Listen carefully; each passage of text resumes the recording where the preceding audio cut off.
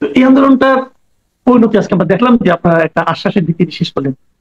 আমাকে একটু আপনার শুরুটা বলবেন যে কেন আপনাদেরকে আন্দোলনে যেতে হলো? মাসুদ কামাল সাহেব, আমি আপনাকে দুটো ছোট তথ্য দিয়ে আলোচনাটা শুরু করি আর কি। হ্যাঁ, জগন্নাথ ইউনিভার্সিটি প্রতিষ্ঠিত হয় 2005 সালে, এবং যখন জগন্নাথ ইউনিভার্সিটি প্রতিষ্ঠিত হয় তখন জগন্নাথ ইউনিভার্সিটিটা বাংলাদেশের 23তম পাবলিক ইউনিভার্সিটি। আর বর্তমানে ইউজিসির ওয়েবসাইট অনুযায়ী বর্তমানে বাংলাদেশে পাবলিক ইউনিভার্সিটির সংখ্যা 53।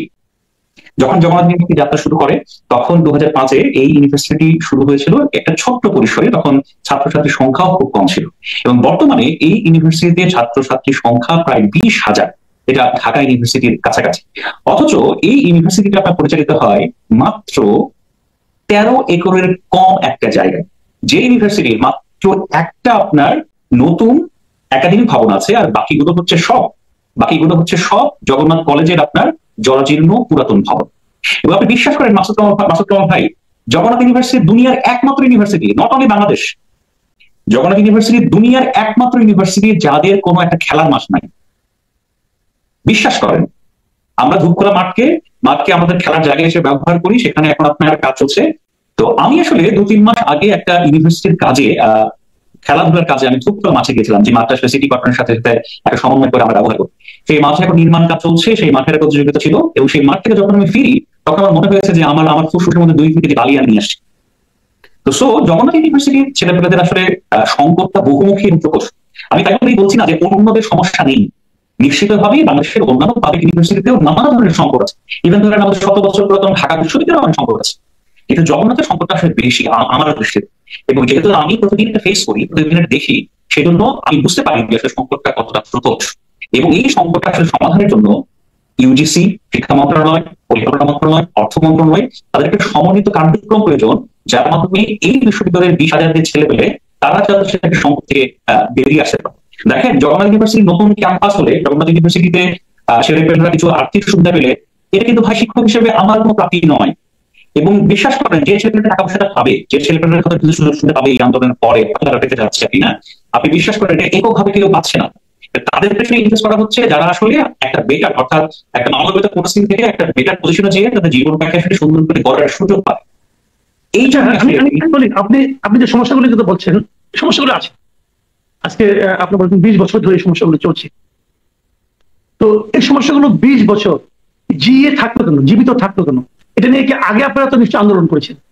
আগে আন্দোলনগুলির কি পদ্ধতি হলো, কেন হলো না, কেন আপনারা এত বছর বাস্তবায়ন করতে পারলেন না? এর পেছনে কি কারণটা কাজ করছে বলে আপনি মনে করেন? মাসুদ কামাল, আপনাকে ছোট্ট একটা কথা বলি। দেখেন, জগন্নাথ ইউনিভার্সিটি যখন 2005-এ প্রতিষ্ঠিত হয়েছে, আমার আসলে জগন্নাথ ইউনিভার্সিটির শুরুতে জয়েন করেছি। তারপরে আমি যা দেখেছি ইউনিভার্সিটিকে, আমার কাছে মনে হচ্ছে জগন্নাথ ইউনিভার্সিটি আসলে জন্মদায় আজন্ম পাপ। কারণ পুরাতন ঢাকার ওই জায়গাটাতে মাত্র 11 একর বা 12 একর জায়গার মধ্যে, ছোট জায়গাটার মধ্যে এই ইউনিভার্সিটি প্রতিষ্ঠা করার সিদ্ধান্তটা কতটা যুক্তিযুক্ত ছিল, সেটা নতুন করে চিন্তা করার সুযোগ আছে, নাম্বার 1। তারপরে যখন আপনারা ইউনিভার্সিটি প্রতিষ্ঠিত করলেন, সেই ইউনিভার্সিটি প্রতিষ্ঠিত করার পরে ছেলেপেলেদের তো একটা যথাযথ সুযোগ সুবিধা নিশ্চিত করা। এবং আপনি দেখেন, আপনি ইউটিউবে সার্চ দেন, আপনি যদি আসলে ইন্টারনেটে সার্চ দেন, জগন্নাথ ইউনিভার্সিটিতে প্রতিষ্ঠার পর থেকে, 2-3 বছরের পর থেকে আসলে একটা ক্রমাগত আন্দোলন চলছে। এবং সেই আন্দোলনটা এখনো থামেনি, কারণ প্রতিনিয়ত এখানে ছাত্রছাত্রীর সংখ্যা বাড়ানো হয়েছে।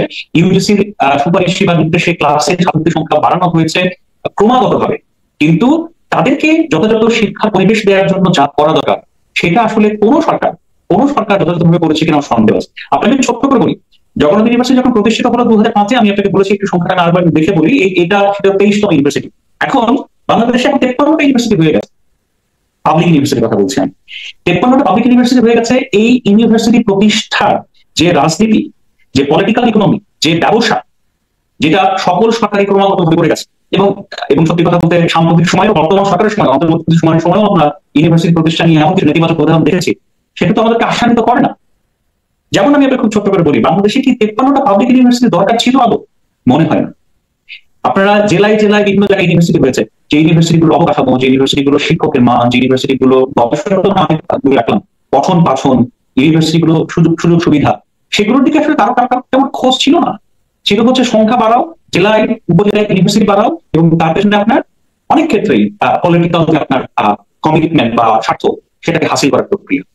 তো এটা তো পুরো শিক্ষা ব্যবস্থাটাকে আমি আপনার কথা মেনে নিচ্ছি যে হয়তো রাজনৈতিক কারণে, রাজনৈতিক চমক সৃষ্টির কারণে, ভোটের নানা রকম ইকুয়েশনের কারণে হয়তো অনেক ইউনিভার্সিটি হয়েছে। আপনাদের ইউনিভার্সিটিতে যেহেতু জায়গাটা কম, অবকাঠামো খুব ভালো না, তাহলে সেক্ষেত্রে আপনারা এত বছরে কেবল স্টুডেন্ট সংখ্যা বাড়ালেন কিসের উপর ভিত্তি করে? আমি একটা ছোট উদাহরণ দিই। আমি যখন জগন্নাথ বিশ্ববিদ্যালয়ে সাংবাদিকতা বিভাগে ক্লাস নিয়ে শুরু করি 2016 সাল, তখন আমার ক্লাসে স্টুডেন্টের সংখ্যা ছিল 60 এবং 4-5 জন গ্যাপ থাকতো বা ক্লাস কন্টিনিউ করতো না। ক্লাসে আমি 50 থেকে 55 জন ছেলে পেলেকে নিয়ে আমি আসলে ক্লাস পরিচালনা করতাম। এখন বর্তমানে আমি যে ক্লাসটা পরিচালনা করছি, বর্তমানে যে আমি আপনার ক্লাসে যাই, সেই ক্লাসে স্টুডেন্টের সংখ্যা হচ্ছে আপনার 80। সেখানে গত 2-1 বছরের স্টুডেন্ট যুক্ত হয়ে সেখানে আপনার পড়াশোনা করে হচ্ছে 85 জন ছেলে। একটা ক্লাসে এই যে 60 থেকে আপনার 85-তে চলে গেল, এটা আসলে এই প্রেসক্রিপশনটা আসে হচ্ছে উপর থেকে। আমি যদি ইউজিসি থেকে আসি, ইউজিসি আপনার একটা নির্দেশনা দেয় যে কত ক্লাসে কোন স্টুডেন্ট থাকবে, এই ইউনিভার্সিটি কত স্টুডেন্ট পড়াশোনা করবে, এটা একটা নির্দেশনা থাকে ইউজিসি, যেটা ইউজিসি এই ধরনের একটা অর্ডার দিচ্ছে, ইউজিসি কি জানে না আপনাদের অবকাঠামো, আপনাদের ধারণ ক্ষমতা কি পরিমাণ আছে ফিজিক্যালি? এটা ইউজিসি জানে না? আসলে আসলে ইউজিসি এই অর্ডারটা কিভাবে দেন নাকি আপনার অন্য কোনো প্রেক্ষাপটে ইউনিভার্সিটি কর্তৃপক্ষ এটাকে নির্ধারণ করে, এটা আমার পরিষ্কার মেকানিজমটা জানা নেই। এক্স্যাক্টলি আমার জানা নেই। কিন্তু আমি যতদূর জানি যেটা স্পষ্ট করে, যে যখন আপনার 60 থেকে 85-80 করা হলো স্টুডেন্টের সংখ্যা ইন এ ক্লাস, তখন আপনার আমাদের ইউনিভার্সিটিরই শ্রদ্ধেয় শিক্ষকগণ, দায়িত্বপ্রাপ্ত অনেক আপনার ডিন বা অন্যান্য যারা দায়িত্বপ্রাপ্ত আছে বিভিন্ন ক্ষেত্রে, তারা এর প্রতিবাদ করেছিলেন যে না, এই ক্লাসে 85 সংখ্যাটা অনেক বেশি বা 80 সংখ্যাটা অনেক বেশি, এটা হলে ছেলেপেলেদের নানা ধরনের আপনার সমস্যা হবে এবং এটা করাটা ঠিক হবে না। এই চেষ্টাটা শিক্ষকদের পক্ষ থেকে ছিল, কিন্তু সেটা আসলে মানা হয়নি। আমরা এখন বর্তমানে একটু আসি, এইবার যে আপনারা আন্দোলনটা করলেন, আন্দোলন তো করেছেন 3 দফার দাবিতে। তো শেষ পর্যন্ত 3 দফার দাবিতে এই যে একটা সর্বাত্মক আন্দোলন, যেখানে আপনাদের ইউনিভার্সিটির সবাই অংশ নিয়েছিল, তো এই আন্দোলনটা শেষ পর্যন্ত সরকার তো মেনে নিল। তারা কি 3 দফাই মেনে নিয়েছে নাকি তারা আশ্বাস দিয়েছে, কোনটা?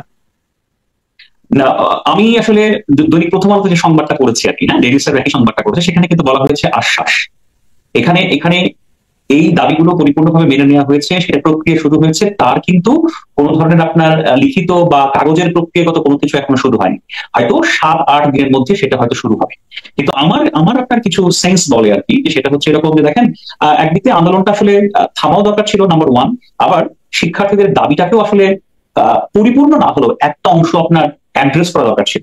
এখন যে অংশটুকু অ্যাড্রেস করার কথা বলা হলো, এই অ্যাড্রেসের প্রেক্ষাপটে আপনার কোনো শুভঙ্করের ফাঁকি আছে কিনা বা আন্দোলনটা দমানোর জন্য আসলে কোনো ব্লাফ দেওয়া হলো কিনা, সেটা হয়তো আসলে আমরা 7-8 দিনের মাথায় জানতে পারবো যে আসলে এই প্রক্রিয়াটা কি দাঁড়ায়। যেমন ধরেন ইউনিভার্সিটির একজন শিক্ষক হিসেবে না, আপনি যেমন একটা পার্টি হয়ে গেছেন, যেহেতু আপনি ইউনিভার্সিটির শিক্ষক, এবং আমি যতদূর জানি এই ইউনিভার্সিটির সবাই এর সঙ্গে ইনভলভ ছিল, সেক্ষেত্রে আপনার বক্তব্য তো ইউনিভার্সিটির পক্ষেই যাবে। তারপরে আমি আপনাকে যতটুকু সম্ভব আপনি আমাকে একটা কথা বলেন, যে 3 দফা দাবি ছিল এই সরকারের পক্ষে, এই অন্তর্বর্তীকালীন সরকারের পক্ষে, এই দাবিগুলো মানাটা কি আপনার বিবেচনা প্র্যাকটিক্যাল ছিল, সম্ভব ছিল? আমি আমি আমি এটা বুঝি। প্রথম কথা হচ্ছে যে এটা অন্তর্বর্তী সরকার, এই সরকারের নানা সীমাবদ্ধতা আছে, নাম্বার 1। নাম্বার 2 হচ্ছে আপনার, আমি যতদূর বুঝি রাষ্ট্রের আর্থিক অবস্থাও অত স্ট্রং নয়, আমরা কিন্তু অর্থনৈতিকভাবে শক্ত অবস্থায় নেই। এই দুটো হচ্ছে বাস্তব, এটা অস্বীকার করাটা বোকামি। কিন্তু আবার ধরেন ছোট্ট কয়েকটা বিষয়, যেমন ধরেন আমি খুব ছোট্ট একটা উদাহরণ দিই, হ্যাঁ, যে 2024-25 অর্থবর্ষে জগন্নাথ ইউনিভার্সিটি আপনার বাজেট পেয়েছিল হচ্ছে আপনার